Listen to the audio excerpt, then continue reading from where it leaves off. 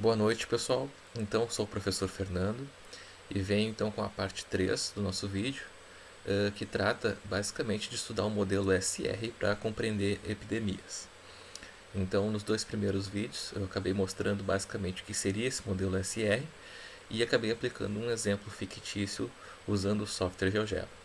Recomendo então, se você está vendo esse vídeo e não viu os dois anteriores, que veja os dois vídeos anteriores primeiro, tá bom?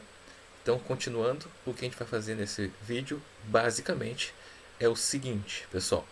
Nós vamos tentar compreender como mais ou menos que funciona uh, um modelo em que basicamente nós temos somente os dados, ou seja, claro que nós temos um problema de subnotificação de dados, né? A gente tem que levar isso em consideração, mas com os dados que a gente tem em mãos, como a gente pode tentar escrever, ou tentar adaptar isso para tentar modelar através, nesse caso, né, do modelo SR e tentar compreender o que está acontecendo em determinada região. Tá, ok? Então a gente vai tentar fazer, basicamente, responder qual seria, né, ou como determinar o nosso melhor R0, né, como determinar o nosso melhor taxa de transmissão e taxa de remoção. Então, para entender um pouquinho disso, eu vou fazer um exemplo aqui fictício, basicamente, do que eu quero dizer a respeito de melhor curva. Vamos supor que nós temos um conjunto de dados em que esses conjuntos de dados são dados de forma discreta. Então você pode pensar basicamente que esse eixo aqui no horizontal representa, por exemplo, os dias e nesse eixo vertical as quantidades. Tá? Quantidade de pessoas que você pode pensar, por exemplo, num grupo de pessoas removidas. Tá? Então, repara, basicamente o que a gente tem é o seguinte: no tempo zero, como exemplo, um certo número de pessoas removidas. Tá? E aí, conforme vai passando o tempo 1, um outro número, tempo 2, outro, tempo 3, outro, 4, 5, 6. Tá? Então, repara que esses dados aqui são dados de forma discreta. Né? A gente não tem a curva propriamente dita descrevendo isso. Então, o que a gente tem que fazer é se perguntar qual seria uma melhor curva que pudesse adaptar a esses pontos discretos, tentando descrever com o menor erro possível esse comportamento. Tá? Então, aqui, para responder essa pergunta, primeiro a gente tem em mente que tipo de curva que a gente quer tentar modelar esses pontos. Ou, em outras palavras, qual seria uma lei de formação para uma função uh, que, que modele esses pontos a tentar minimizar o erro. Então, por exemplo, aqui, nesse caso específico, a gente poderia escolher, por exemplo, uma curva exponencial. Né? Para essa curva exponencial, se a gente for pensar em termos dos nossos parâmetros, nosso modelo SR, para essa curva nós teríamos um fator, né, uma constante de remoção e, consequentemente, associada a ela uma constante de transmissão e uma de remoção. Mas quem que garante que essa é a melhor? Né? Você poderia fazer outra curva, né? Com, consequentemente, uma outra taxa de transmissão e uma outra taxa de remoção. E qual das curvas seria a melhor, teoricamente? Então, o nosso quesito aqui vai ser o seguinte: é tentar buscar uma curva em que a distância entre o valor real e o valor dado da curva, a soma de todas essas distâncias seja a menor possível. Então essa é a ideia que está por trás. Então repara que na primeira curva, né, por exemplo, nós temos quase distância zero aqui no início, e agora repara, já aumenta um pouquinho a distância do valor real para o valor que está na curva, depois diminui um pouco, aí começa a aumentar meio que drasticamente, né? No quesito dia 3 aqui, a curva já se afasta bastante do que é o valor real. Na segunda curva, acontece um processo parecido, mas não tão grave quanto a primeira curva. Então, se essas duas curvas modelassem, por exemplo, a mesma lei, né? Qual delas seria melhor entre essas duas? Essa segunda. Agora, dependendo da lei, né? Então nesse caso específico, se a gente tivesse manter a lei, existe uma ferramenta que eu até comentei já em alguns posts anteriores no Instagram, chamada redução por mínimos quadrados, que ajusta uma curva que faz com que essa distância seja a menor possível. Em outras palavras, existe uma curva em que a gente consegue determinar uma taxa de transmissão ótima e uma taxa de remoção ótima.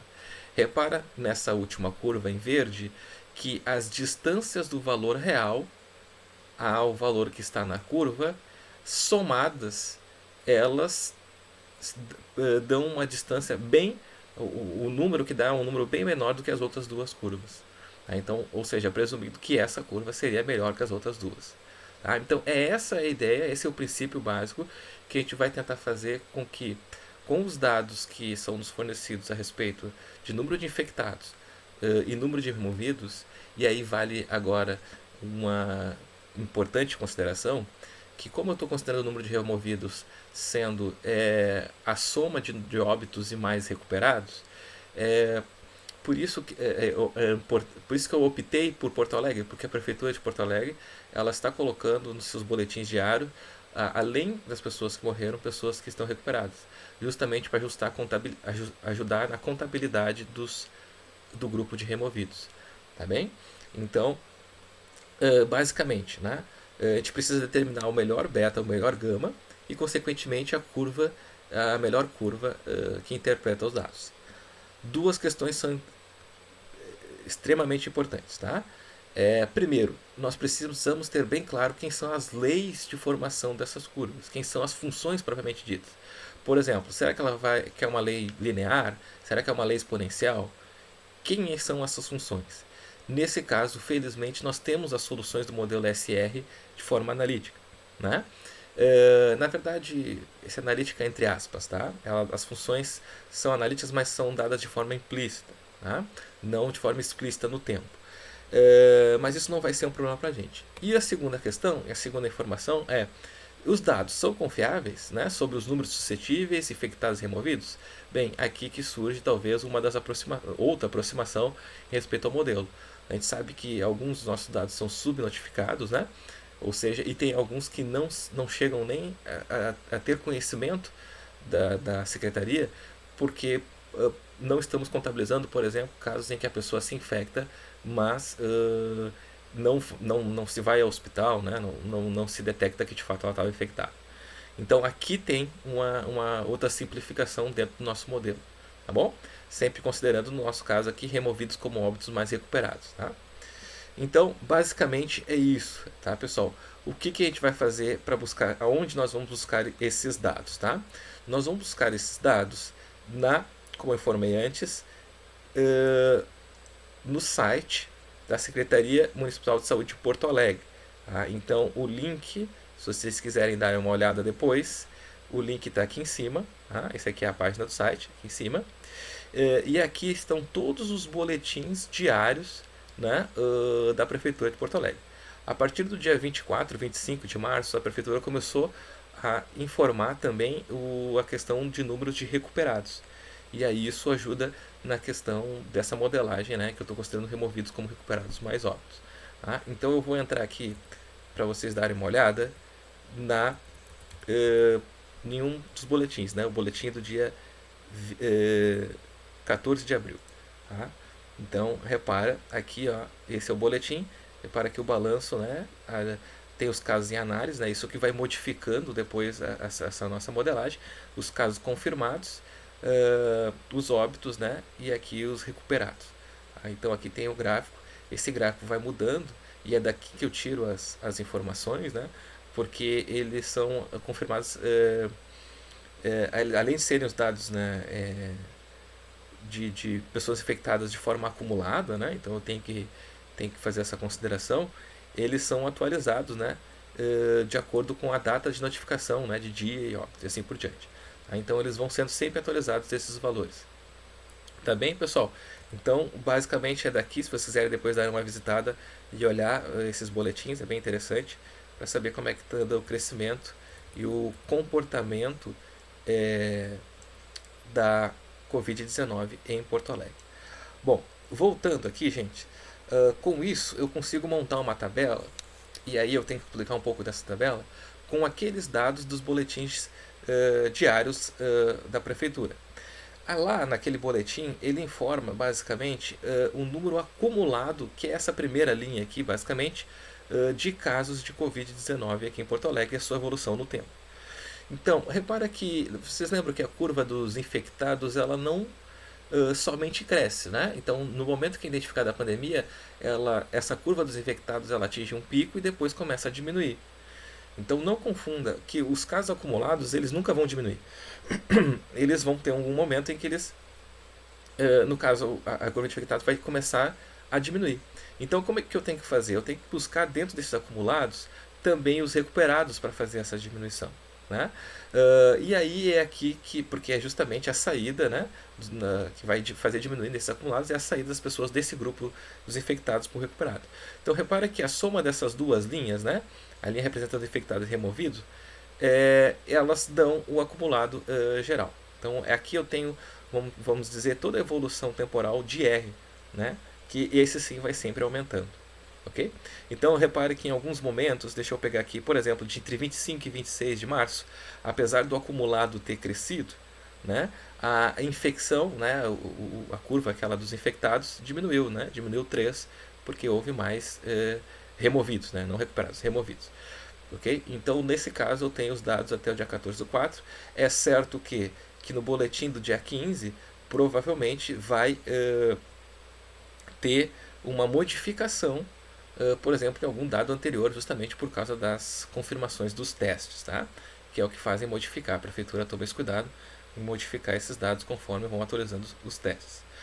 Bom, pessoal, feito isso, aí eu uso, então, com os dados e com as soluções analíticas, eu consigo buscar quem são os valores de beta ótimo e de gama ótimo, ou seja, a taxa de transmissão ótima e a taxa de infecção ótima.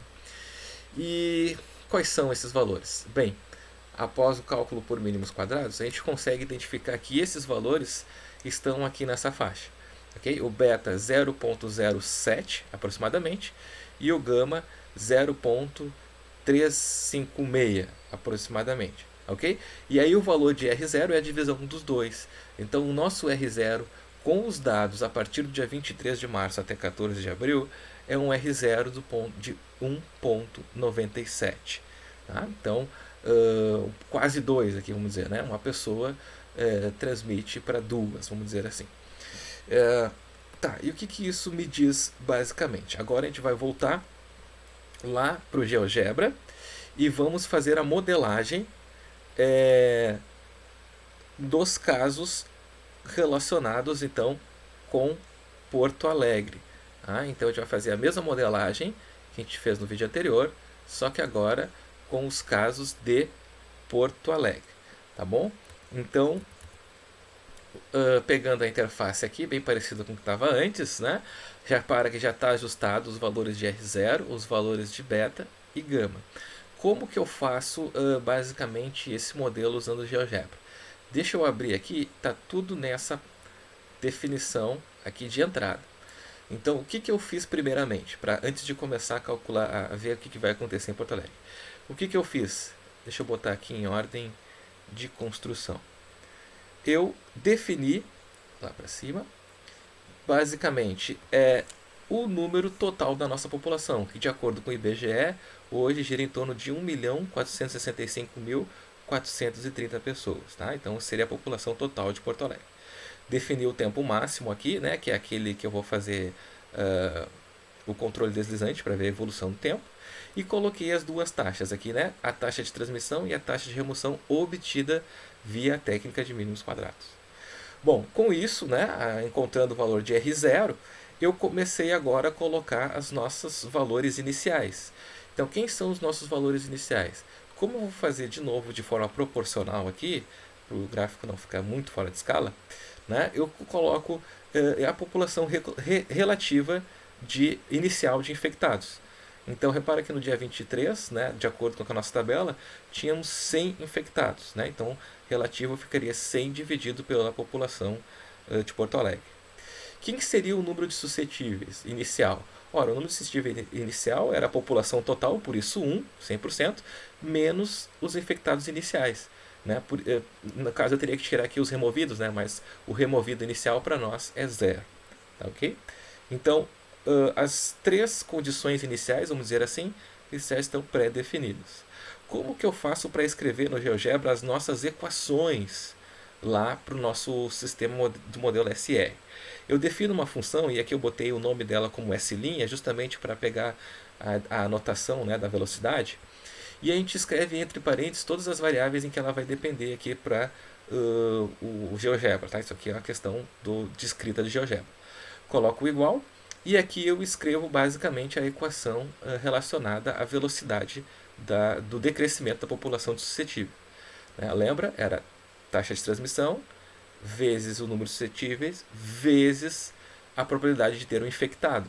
Ou seja, I sobre N0. No nosso caso aqui, a população máxima nossa N0 é 100%, é 1, por isso que eu não botei nada aqui embaixo. O que seria a taxa de variação, né, para o número de infectados? É o que ele ganha lá dos suscetíveis e o que ele perde depois indo as pessoas para o grupo de removidos. Proporcional, é claro, a suscetível. Então, tudo isso aqui que está escrito aqui, basicamente é uma cópia do modelo SR. Né? Então, aqui o R', a mesma coisa, então o que ganha da população que vem dos infectados. Tá bem? Então, é isso que a gente precisa para modelar o nosso sistema SR. E como de fato o software vai encontrar essas curvas? É o que está escrito aqui embaixo por último, tá? Resolver EDO numericamente. Esse é o nome, vamos dizer, da ferramenta dentro do software que a gente digita para justamente ele resolver aquele sistema de equações diferenciais ordinárias que o modelo SR pressupõe. Então, o que eu tenho que colocar como dado de entrada? Entre parênteses, eu vou colocar as três funções que eu quero que ele resolva. Tá? Então, eu chamei de S', I' e R'. Aqui tudo isso dentro de chaves. Na próxima vírgula, o tempo inicial que eu quero que ele me dê a solução, de onde, né, ele tem que partir, no caso, tempo zero. Aqui são as condições iniciais, não depois da vírgula, as condições iniciais. Então, nas condições iniciais, declaro S inicial, I inicial e R inicial. E, por último, o tempo máximo que eu quero que ele desenhe a curva, né, até onde vai as três soluções. Ok? Então, esse aqui é o comando para quem está interessado em depois para resolver esse sistema de EDO. Feito isso, vamos então para a melhor parte, que seria como é que está modelado os casos aqui para Porto Alegre. Então, vou fazer transcorrer aqui o T máximo, né? E vamos ver com esse R0, basicamente, qual que é a taxa, qual que é o valor máximo, né, de infectados em que esse modelo está me predizendo. Então, repara, ele já está começando a desenhar a curva, as três curvas, na verdade, né? A curva de suscetível, infectado e removido. E repara o seguinte, né? A curva de infectado, o pico dela não ultrapassa, né? Uma notícia interessante aqui, boa para esse modelo, nosso aqui, por enquanto, para os casos de Porto Alegre, ela não ultrapassa, o pico máximo dela não ultrapassa o número de pessoas suscetíveis e nem o de infectados. Mais ainda, né? Ela me parece estar um pouco achatada aqui, mas repara, se você for ver aqui, esse pico máximo vai ocorrer em um momento em que o número de infectados pode ser próximo de 20%. Tá? Então, 20%. Tá, todos os infectados vão ter que ser hospitalizados? Não necessariamente. Tá? Pode ser que tenha alguns que não tenham sintomas leves, né? Não necessariamente vão ser todos aqui internados, né? Ou precisando de UTI. Mas é interessante a gente ver essa estimativa de até 20%, né, no número máximo de infectados aqui em Porto Alegre, porque basicamente, agora voltando um pouco para as nossas apresentações, a gente pode se perguntar o seguinte: será que sempre eu vou conseguir calcular esse número máximo dependendo do número de casos? Sim. Então, o que eu vou fazer no próximo vídeo? Do ponto de vista rápido, eu vou falar um pouco sobre a importância de R0, dizer mais um detalhe em que ele ajuda.